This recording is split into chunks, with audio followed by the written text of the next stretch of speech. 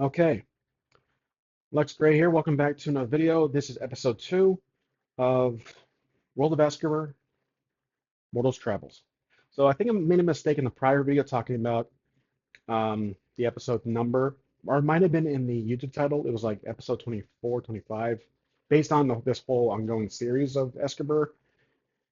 I decided to reset it to 1 because this is Ironsworn. I'm using Ironsworn for this one, and it's a new character.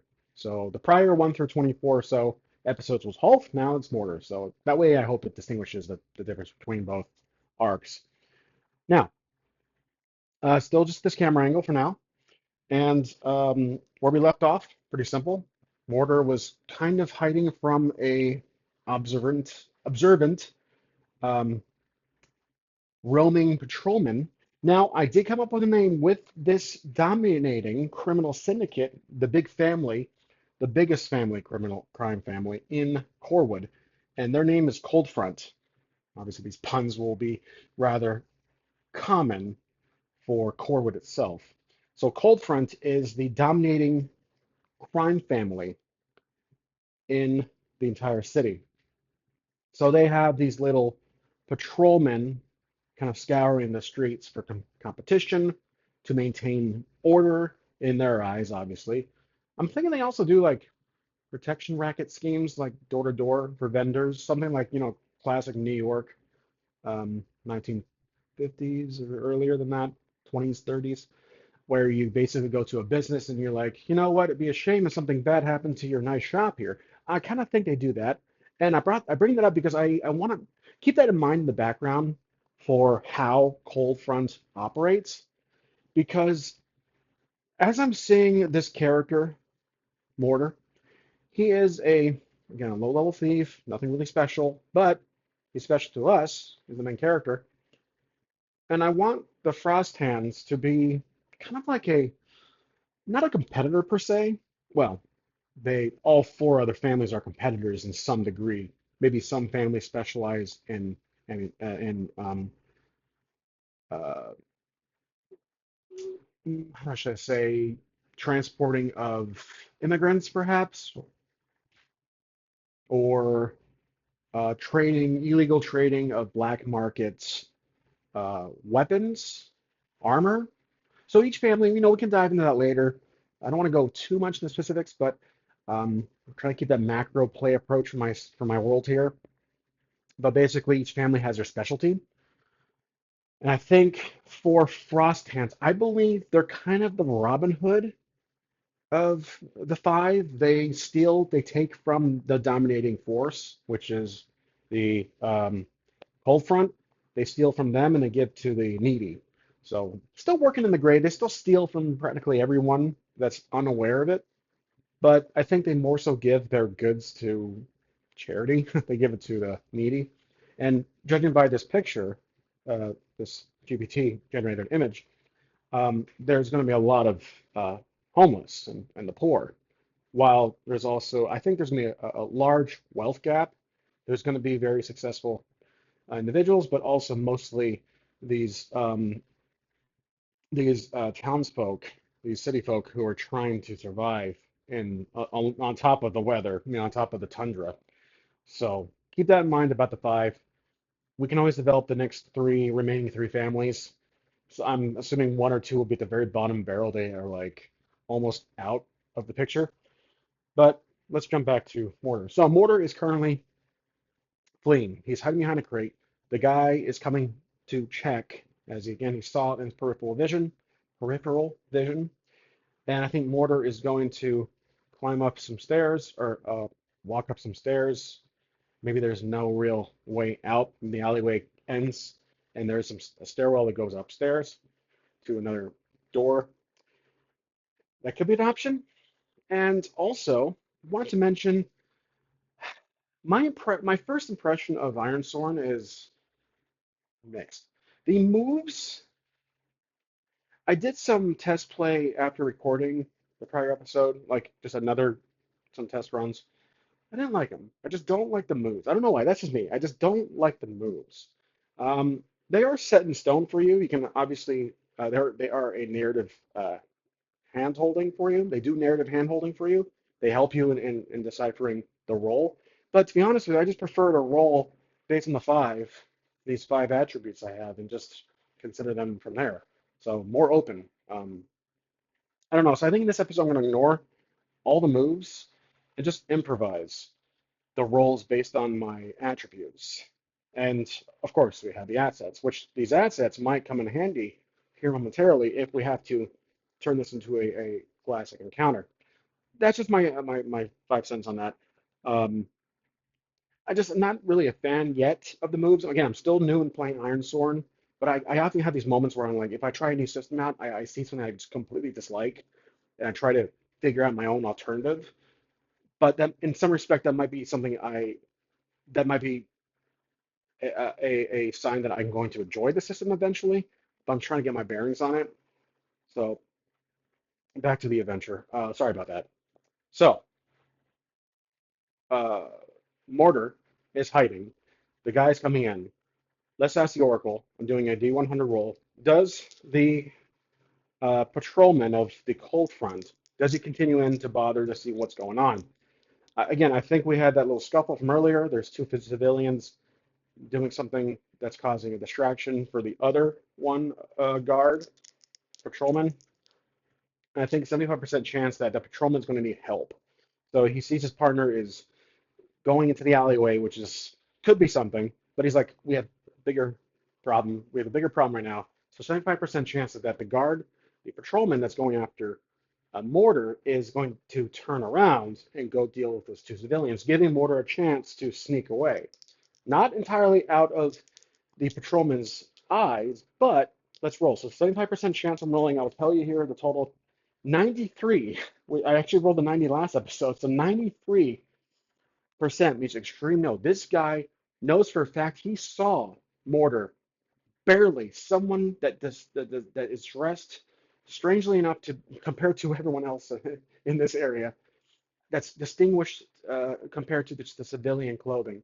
He saw someone wearing a cloak. Again, our character here wears a cloak, not just because of the weather, but because it is a standard uniform of the Frost Hands. And so in comes the guard with a flashlight, and they're looking around.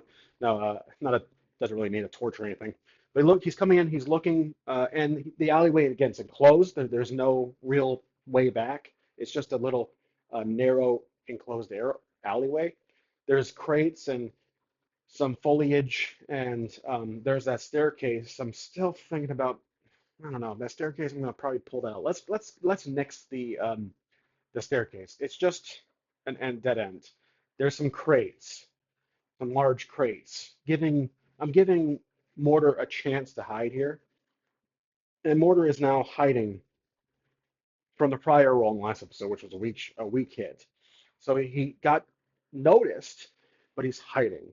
So if it was a complete miss, Mortar would have tripped on a snow patch, might have been seen because of his negligence, his determination on seeing why his father. And again, his father is maybe even long gone by now, and Mortar's becoming impatient. He's hiding behind the case. He has his daggers ready. He's got two daggers. His supply is five, FYI. And I'm thinking of grabbing this thing here. There it is. It's my pointer. It helps me talk when I have something in my hand. It's a little. I've used this in episodes before. So basically, the the patrolman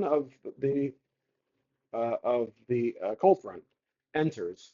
He has a short sword. He doesn't have a dagger, but he has a short sword, and he's looking around like this as he enters the alley. He's looking around. Mortar is pulling out his daggers and he's about to strike. But what I want to do before something happens, or before instead of just saying, yes, he sees us, a conflict ensues. I'm going to roll on the discovery list for basically what exactly happens. So first I roll 24, which on our one-page mythic is going to be control, and 41, helpful. Control helpful. This is helpful for the guard, for the patrolman. Control. Okay, he's going to play authority. He basically says, "Come out. I saw you. I know there's someone here, thief. etc. He's basically saying that for Mortar to step out.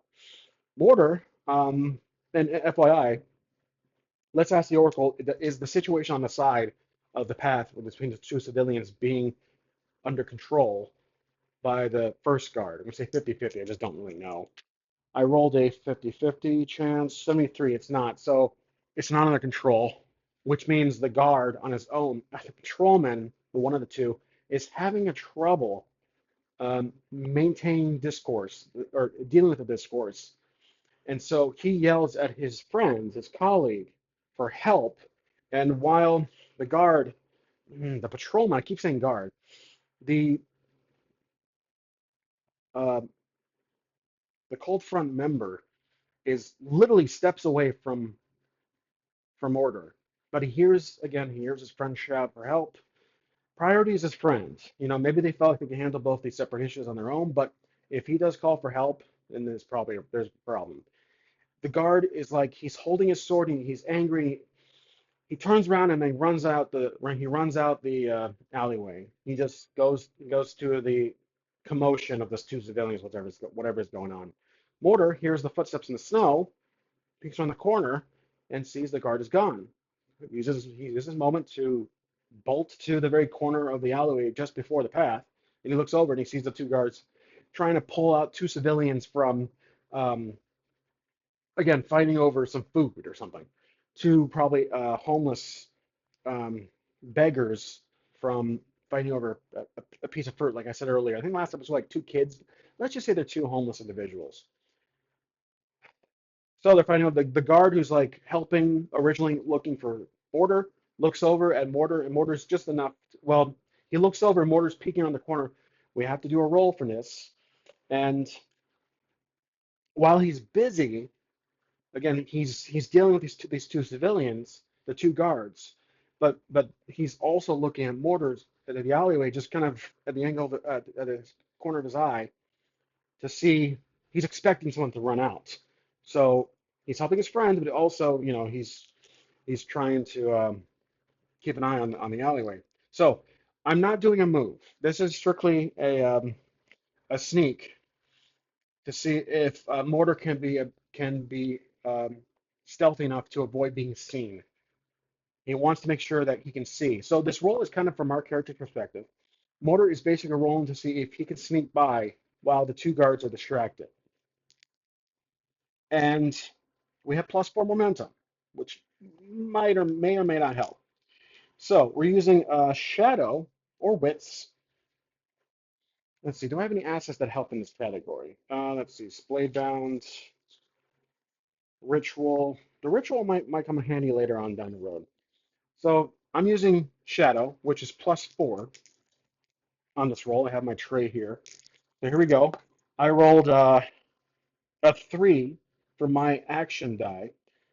Then the two challenge die are 9 and a 5. So the 3 plus 4 is going to be 5, 6, 7. 7 beats the 5. So it is a weak hit, which means how to perceive this weak hit.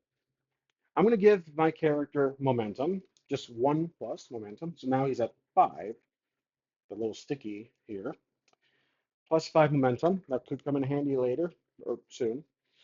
So the weak hit means that Mortar is able to see a path to escape, to continue down the path out of the city. The two uh, the two cold front members are busy the um, with those two civilians, with the current matter. But how to cause a slight inconvenience for Mortar? It's a weak hit after all. A strong hit means he can go, he can run and get out of there, but he can't. So the inconvenience is he can't go. There's too many people. The guards are there. I keep saying guards, but I'm assuming you guys know what I'm talking about. So what he has to do is he has to find another way. What he's going to do is dip into the closest building to the right. So he's going to make a quick right while the guards is distracted on the civilians. Again, the weak hit was to allow for a path to be seen to escape, but not being able to escape just yet. So he dips into the next door. Let's say it's let's say it's like a storage facility. It has some bunch of foods, and maybe it's a shop, maybe it's an extension of a shop. It's like attached to a shop. And Mortar gets into the shop itself. He's looking around. He's trying to hide. Maybe the store, the employee at the store, the shopkeep sees them. And let's roll to see if the shopkeep gets a little suspicious. Maybe this area is prone to criminal. It's prone to thievery. And obviously, our character Mortar is a thief. So 50%, or actually 75% chance to the D100s that the store owner is a little suspicious of Mortar kind of briskly walking in, covered in snow, takes off his, doesn't, maybe keeps his hood on. He's looking around, trying to, he's at the front, looking through the window, keeping himself, waiting for a moment to continue out. So he's using a store as a pit stop for a moment to maybe the guard is going to go back into the alleyway. So 75% chance that the store owner notices. Roll the 31. That's a mid-range. That's a middle of range, yes. The shopkeep notices, and he kind of can see that there's something going outside. So he steps around the table and he walks up to Mortar. And Mortar is, again, he's kind of just, if you look shady looking, he's looking at the window, hiding behind like a rack of food, some goods. And then you can hear the shopkeep cross his arms and clear his throat. He goes, "Can I help you, sir?" And Mortar turns around and he sees the shopkeep right there, kind of in disbelief for a moment. And we're going to roll here. Obviously, this roll would be wits for Mortar to give an excuse as to why he's just looking like he's very eager. So what we'll do, this wits is +3 on the roll, and this will judge on how well Mortar is able to speak to the shopkeep an excuse as to why he's in here. Yeah. Okay, so 10 and 6 for the challenge die. I rolled a 3 plus a 3 is the total 6 for us, but that's not matching does not mean a weak hit. So that is a miss, but I could spend momentum to cause that to be a weak hit. So if I spend my current 4 momentum, I can increase that to a weak hit. I'm going to do that. So the reset is 2. I think that's how it works. I'm lowering it to 2, or is it 0? Resets 2. That makes sense. So I'm going to reset it to 2, and that will build a weak hit, meaning that Mortar basically says it was he is he gives an excuse. I'm not going to deal with specifics. He gives an excuse.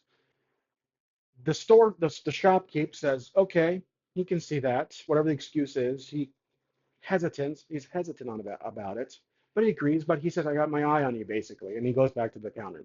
So this does allow Mortar to just kind of be in here for a moment. So on the outside, let's roll the Oracle question here. Are the guards still dealing with those 2 civilians? I'm gonna say with 2 guards on these 2 civilians dealing with some stolen goods or something, probably 25% chance. They're back to their usual patrol. 25% chance they're not dealing. Okay, so that's a no. The patrolmen, the cold fronts are back to the usual patrol. But as Mortar's looking out, he sees one patrolman back in the middle, are talking to each other, and they both go to the alleyway. Okay, so as they go to the alleyway, this is Mortar's chance to dip, get out of the store, and continue south.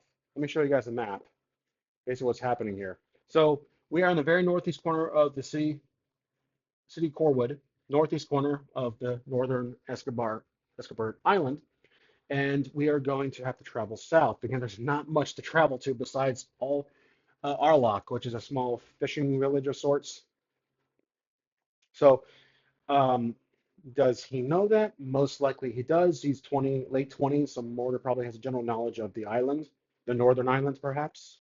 Maybe not an experience with the southern island, which is more habitable. So he's able to dip and get out of there. And for that, I'm going to give him a momentum. And he's looking for someone to speak to, I think, on the south side of the city. So now we're at +3 momentum. On the south side of the city, there is one source of Mortar that he's going to speak to. So he makes his way. The guards are gone. That situation is closed off. We're done with that little issue. And so he makes his way to the source. The source is a younger thief, perhaps a early 20s female character. Her name is, let's say, Moss. Moss is a thief who kind of works and dabbles with all the crime families. She kind of goes where the gold is. She is neutral. She's a neutral party. She's very good at picking locks, like really good at picking locks, and pickpocketing, all the usual shenanigans of a rogue, a thief. But she's really good at picking locks and keeping eyes out from rooftops. So she's good at like monitoring the pattern of people, studying how they act, what they do, where they go at certain times of day. So he's looking for her. So what we're going to do is roll to see if we can find Moss. Moss is kind of covered in a dark green outfit, hence her name. She probably has like long brown hair, younger side, so early 20s, just a little younger than our friend Morter. We're rolling for, I would say, wits for this one, so +3. Let's roll for it. I rolled another 10 and a 5 for the challenge die. I rolled a 2 plus the 3. It's a 5, which means it's a miss. I can spend momentum again, but this time I'm actually going to go to 0. I'll do it. I'm going to do it both possibilities. So if I think I'm doing it wrong, where you reset the 2, I'm thinking you actually have to reset down to 0 when you spend it all, and it resets the next session. Or again, I'm going to read on that here in a second or after this video, but I'm just going to improvise for this episode for now. But basically, depending on the moment of hand, I'm increasing it to a that is basically 4 with the 5, 5, 6, 7. So that's a weak hit. It can't get to the 10 at all. So our momentum is at 0. A weak hit. He sees where Moss would be in her usual spot. She's on a rooftop, but she's busy. She's tailing someone on the ground. So he's trying to not like give away position, but flag her down. So maybe we have a mirror and he's trying to shine a light at Moss like this, but he can't because again, it was a weak hit. The weak hit allows Mortar to see Moss, but not flag her down. So he's trying to like again, he's in a rush here. His father's probably halfway to South Escabur by now, but again, she is great at spotting people. So he's confident that Moss saw his father, and so he's following where she's going. She's tailing some fancy-looking dressed in a noble or family as they're passing through, kind of looking at all the vendors. They kind of stick out like a sore thumb. So good for thieves. They're probably visiting from out of town, or maybe they're friends of one of the crime families. They're like, oh, look at all these nice, fancy, all these goods here. And Mortar is tailing the tail, basically. And so we're going to roll to see if Mortar can keep up with his friend, Moss. This will be, I think, Shadow or Edge. Let me pull the rules up here really quick. I'm going to pause the video. I just want to distinguish the differences here. Okay, I got the book open right in front of me here, the actual core rules. Edge is for quickness, agility, and prowess in range combat, which we're not really doing. Heart, courage, willpower, empathy, sociability, loyalty. We're not doing that. Iron, physical strength, defensive, obviously, endurance. Shadow, sneakiness, deceptiveness, and cunning. Hmm. Wits, expertise, knowledge, and observation. I think this is a combo of edge and wits, in my opinion. See, I might have accidentally confused Shadow with Edge earlier. Shadow, sneakiness, deceptiveness, and cunning, or maybe not. Cunning probably did have a role where we were trying to get out of that alleyway being cunning. Edge, quickness, agility, prowess, and range combat. Quickness and agility. So quick, Shadow's sneaky. That's what I'm trying to separate those two in my head. So this will definitely be, I think, wits. This is just wits. So we're rolling for wits. We're basically trying to see if down the road if we can catch up somehow with the mirror. So we're using a mirror. This will be a, you know what? Because we have an item, I'm gonna give a +1 on the roll actually. So basically, wits is +3, and then with that mirror, I'm gonna give it +4. That's actually, I think, a element from fate. I don't know if that's actually in the game rules, but I'm just throwing that out there. So +4 in this roll total. And yeah, debates we're just trying to use the mirror now. Originally he was, but wasn't working because we were going off the prior weak hit. We have no momentum. If he gets a strong hit, I'm giving +2. So we're using the mirror, so it's +4 total. Ah, challenge dice was 9, 6.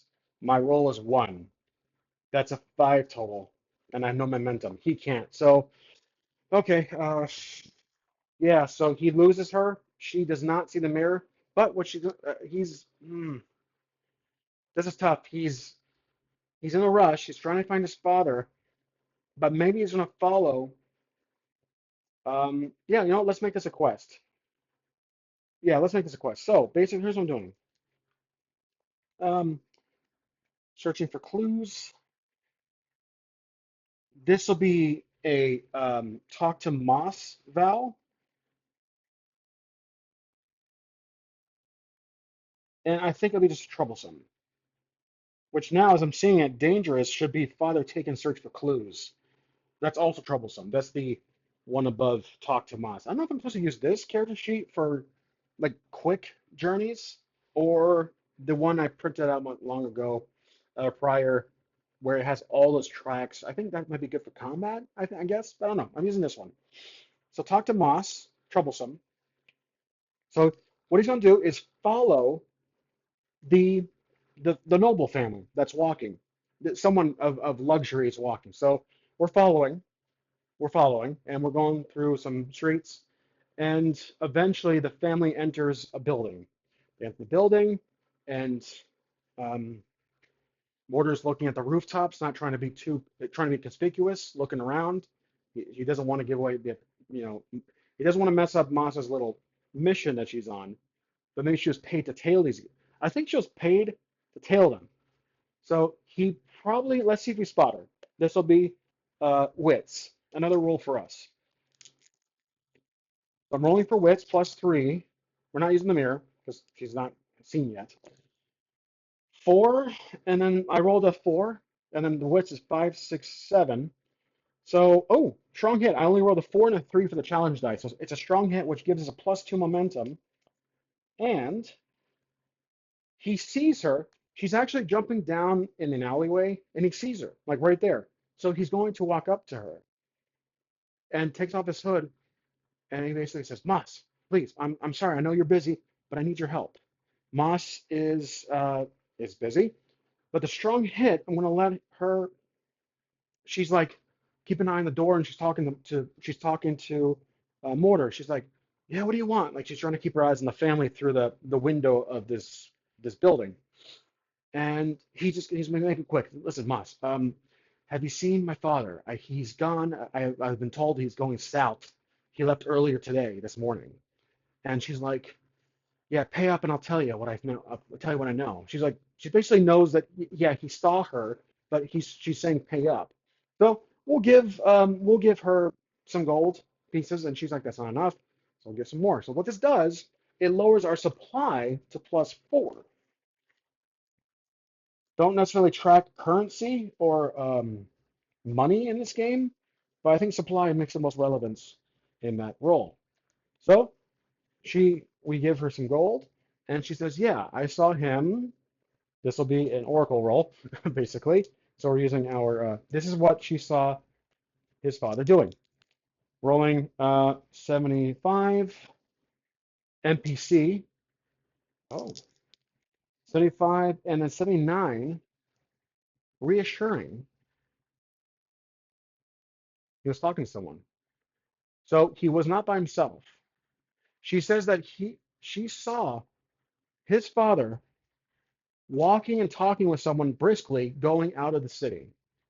Someone talking with him. So He asked, "Do you know what he looked like? Who was he talking with?" And I'm going to ask the Oracle, does she really know? I mean, it was a strong hit. Mm, 75% chance she knows who this guy was. 85, she doesn't. She thinks for a moment, she says, "No, I'm sorry." She's like, "Sorry, man, don't know." And so she's like, I gotta go." So she leaves. And then this was progress. So what I will do is mark off. I guess Talk to Moss wasn't really there wasn't really a need for this, so I want to erase Talk to Moss just off the vowels. It's not necessary at this point. We just did that. So what I'll do is mark. I'm going to upgrade the three more ticks or three more boxes, progress boxes filled for the Father Taken because that is actually so. These three here, we're about halfway. We could roll, or what we couldn't compare to shoot challenge dice, but I want to do one more thing. So